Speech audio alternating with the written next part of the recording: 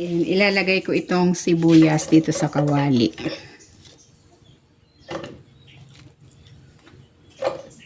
At itong luya.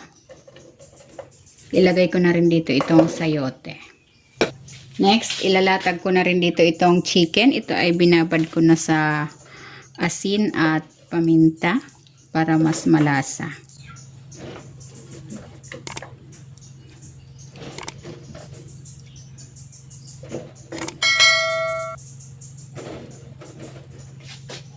Ilalagay ako ng tanglad.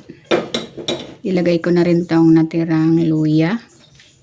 Iglalagay ako ng konting asin na lang dahil binabad ko na yan sa asin. Maglalagay din ako ng pamintang buo at ng patis pampalasa. Pwede kayong maglagay ng mga pampalasa of your choice. Tatakpan ko ito.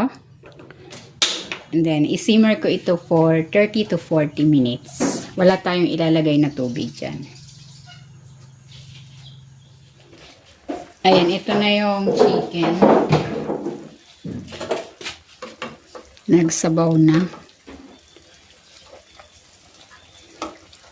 Mas malasa ito kasi wala akong nilagay na tubig. Ang sabaw na ito ay katas ng chicken, sayote, sibuyas, kaya malasa. Ilalagay ko na itong malunggay.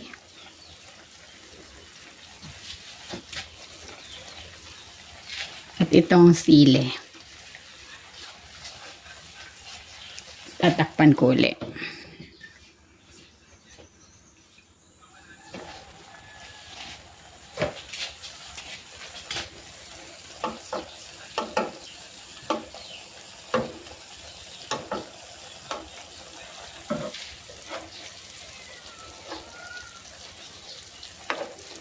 Ayan, luto na itong waterless chicken tinola. Hahanguin ko na ito.